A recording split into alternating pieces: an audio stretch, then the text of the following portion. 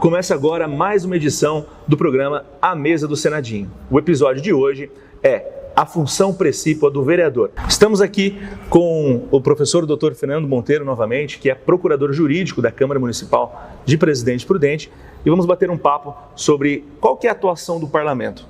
Doutor, no último episódio nós falamos principalmente a respeito de como funcionam os poderes, principalmente o executivo e o legislativo aqui no município, e quem que é a figura do vereador, né? Mas qual que é o papel desse vereador necessariamente? O senhor falou um pouco sobre, querendo ou não, ele acabar sendo um auxiliar na gestão do município, né? Como que funciona esse auxílio na gestão do município? A Câmara de Vereadores, ou os vereadores em conjunto, né, que constitui a Câmara, tem três atribuições, tá? Uma atribuição legislativa, estrito sensu, que é de fazer a lei, né? Iniciando o processo legislativo quando for da competência da Câmara, votando as leis cujo processo foi iniciado pelo prefeito, quando a iniciativa é do prefeito, emendando projetos de lei, rejeitando projetos de lei, aprovando, enfim, essa função legislativa que a gente chama fazer as leis, tá? A Câmara tem uma função de assessoramento do Poder Executivo, que ela faz através das indicações. Então, o vereador, quando ouve o reclamo daquele munícipe, ele indica ao prefeito essa ou aquela providência. E uma função fiscalizatória, tá? Que é de fiscalizar o Poder Executivo. E aí ele o faz através dos requerimentos, né? Onde o chefe do Poder Executivo está obrigado a responder sob pena do cometimento de crime de responsabilidade, infração político-administrativa. A Câmara é a senhora do orçamento, tá? É quem fiscaliza o orçamento do município, é quem fiscaliza a gestão, claro, sem entrar no mérito, né, de conveniência, de oportunidade que cabe ao gestor, ao prefeito. Então, né, resumidamente, são essas três atribuições: fazer leis, assessorar o Poder Executivo e fiscalizar o Poder Executivo. Nessa questão inicial sobre fazer leis, né, o senhor também citou que ele é um criador de leis, né, o vereador, a partir do momento que ele deflagra, né, que ele inicia. O vereador pode iniciar qualquer tipo de projeto de lei? Não. Existem, até um contrassenso, né, porque nós falamos no Poder Legislativo que faz a lei, mas nem toda lei pode ser iniciada pelo Poder Legislativo. Parece um contrassenso, mas não é, né? A democracia, ela traz essa balança, né, com freios, né? Então existem projetos cuja iniciativa só pode ser deflagrada pelo chefe do Poder Executivo.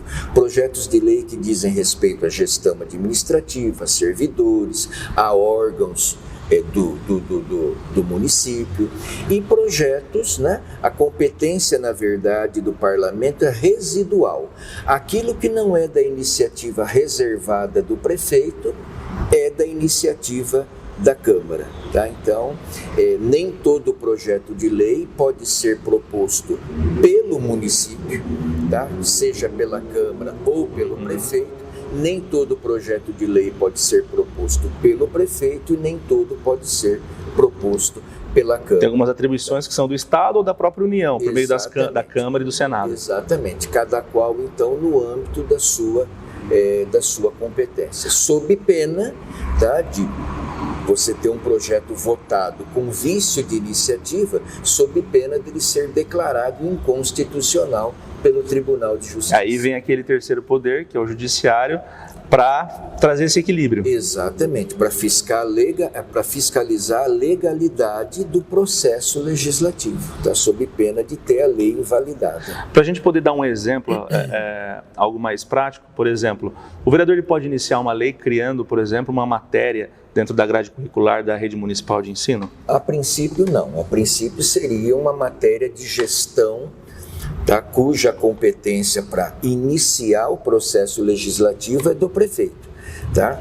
Agora, Iniciado esse processo pelo prefeito, caberia então o poder de emenda do parlamento, né? Se a gente considerar que o parlamento não é um órgão meramente carimbador, respeitada a iniciativa, o parlamento pode emendar, pode modificar, mas nesse caso ele não pode iniciar. Uhum. Então, emendar seria alterar, né? Ele pode acrescentar alguma coisa, seria uma emenda modificativa, retirar também dentro daquilo que o prefeito iniciou. Isso. Se o prefeito não gostar de algum projeto de lei que o vereador fez, não gostar no sentido, não falar não personalista, né? Não gostou no sentido de vai contra a gestão do que ele pensa, uma questão política, ou o seu corpo jurídico, né, por meio da Procuradoria Jurídica do município, diz que aquilo é ilegal perante determinada norma. Se o prefeito achar que a Câmara não deveria ter feito determinada lei, o que o prefeito pode fazer? Ele pode fazer alguma coisa? Pode. O prefeito participa da feitura da lei, né, através da sanção e do veto. Quando o prefeito concorda com aquela lei, ele sanciona. Tá? Ele sanciona de forma expressa ou ele sanciona de forma tácita, deixando correr o prazo, tá? E no silêncio considera-se sancionado. Quando ele discorda, ele veta, tá? E aí ele veta, né? Ele pode vetar de maneira entendendo que é inconstitucional, né? Ou entendendo que aquilo não é conveniente nem oportuno. No primeiro caso a gente chama de veto jurídico, no segundo veto político, tá? E o veto sempre tem que ser fundamentado. Se a sanção permite o silêncio, o veto não. O veto tem que ser devidamente fundamentado. Uma vez votado, porque não concorda, o projeto de lei volta para a Câmara. E a Câmara vai deliberar se mantém o veto ou se derruba o veto. Se derrubar o veto, tá? A própria Câmara vai promulgar essa lei e depois publicar, né? Promulgar significa, olha, a lei existe, tá? E vai passar a constar no ordenamento jurídico. E publicar significa dou ciência aos cidadãos de que essa lei existe. E se o prefeito discordou politicamente, a Câmara decide se vale ou não. Agora, se ele discordou juridicamente, ele tem um outro caminho que é a justiça, né? Exatamente. Na verdade, ele tem o direito a se socorrer da justiça, independente da modalidade de veto, tá? Ou ele vetou porque é inoportuno, tá? Ou ele vetou porque é inconstitucional. Seja de uma forma ou de outra, se a Câmara derrubar o veto e promulgar a lei, ele se socorre de uma ação chamada ação direta de inconstitucionalidade, aí pedindo então para que o judiciário analise e eventualmente suspenda a lei ou não, né? O judiciário pode entender que a lei é constitucional, eventualmente suspenda ou não a lei. Se o judiciário não suspender a lei, seja em sede de medida liminar, seja em julgamento de mérito, gostando ou não, o prefeito está obrigado a cumprir aquela lei. Tá ok, doutor.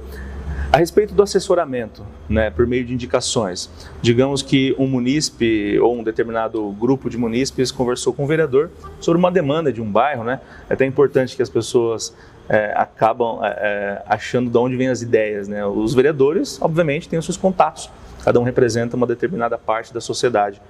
E o vereador, ele indicando algo, prefeito, aquela comunidade está solicitando, por exemplo, que essa rua que está com mão dupla está muito perigoso porque tem uma escola perto. Precisa transformar em mão única. O prefeito é obrigado a cumprir porque ele fez esse assessoramento? Infelizmente não, tá? Como o próprio nome sugere, é um assessoramento, tá? E é uma indicação. Então, os vereadores que costumam andar pela cidade toda, eles vão trazendo demandas, né? Olha, tem um buraco aqui, tem um lote com mato alto ali, tem um semáforo aqui que não funciona, ou aqui precisa ser colocado um semáforo. Então ele traz essa demanda e indica ao prefeito, tá? Mas o prefeito não está obrigado a cumprir, tá? Embora seja de bom tom, né, que verifique, que analise, que cumpra, né, na medida do possível, mas não está obrigado a cumprir. Bom, doutor, a gente também tem a terceira função, né, princípio do vereador, que é de fiscalização, porém ela é algo extenso também. Vamos deixar para o próximo Mesa do Senadinho. Você que nos acompanha, muito obrigado. Continue acompanhando a Câmara Municipal nas nossas redes sociais e também no site oficial do Parlamento Prudentino, que representa você. Muito obrigado e até a próxima.